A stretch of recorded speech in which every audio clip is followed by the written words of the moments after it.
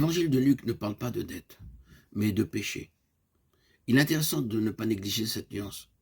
Même si au temps de Yeshua, remettre les dettes était à peu près équivalent à pardonner les péchés, ce qui n'est plus le cas aujourd'hui. Comme nous l'avons fait pour nos dettes, il serait bien de se demander à l'égard de qui ai-je péché et qui a péché contre moi. Ou dans une traduction plus proche de l'hébreu et de l'araméen, qui ai-je offensé et qui m'a offensé? À qui ai-je fait du tort et qui m'a fait du tort? Et puisque le mot amartia veut dire manquer la cible, je peux également m'interroger en quoi ai-je visé à côté de quoi suis-je passé, en quoi ai-je manqué, qui m'a manqué et passé à côté de moi, qui m'a fait mal, m'ayant mal visé, et pourquoi pardonner? Qu'est-ce que le pardon? Chacune de ces questions demanderait de nombreux développements qui nous conduiraient vers une plus profonde connaissance de nous-mêmes, de l'autre et du Dieu censé nous pardonner, comme nous pardonnons. Mais de nouveau, qu'est-ce que pardonner? Littéralement, c'est ne pas s'enfermer, ne pas enfermer l'autre dans les conséquences de ses actes. C'est aller par-delà ce qui est donné à voir, à entendre, à constater. Pardonner, c'est sortir de l'enfer, de l'enfermement, dans le donner là. C'est trouver une issue pour que la vie continue à vivre, à se donner. Par-delà ce donner là.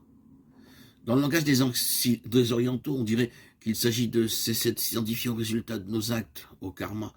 Ni moi, ni l'autre ne sommes réductibles à la somme de nos actes passés à notre karma. Nous demeurons ouverts, un avenir est possible. Le pardon libère le présent et l'avenir.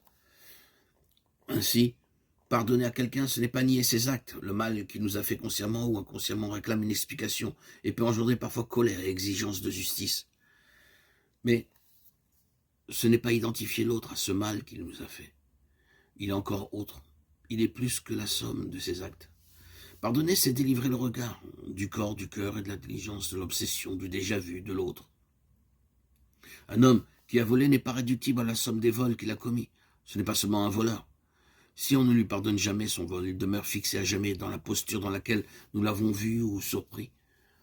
Une femme qui nous a menti ou trahi n'est pas réductible à la somme de ses mensonges ou de ses trahisons.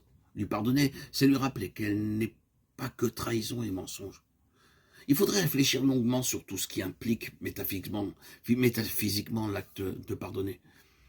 Quelle qualité d'être se révèle là, se donne à vivre dans l'acte du pardon?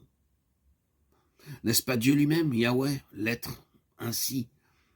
En effet, qui peut pardonner si ce n'est Dieu seul? Le pardon n'est-il pas l'acte par lequel un être humain se transcende lui-même et déborde l'image qu'il a de l'autre et de lui-même? N'est-il pas dans cet acte plus de noblesse, mais aussi plus de transcendance, c'est-à-dire d'altérité, que dans n'importe quelle exaltation d'un pouvoir? Serait celui du surhomme qui est exaltation du même?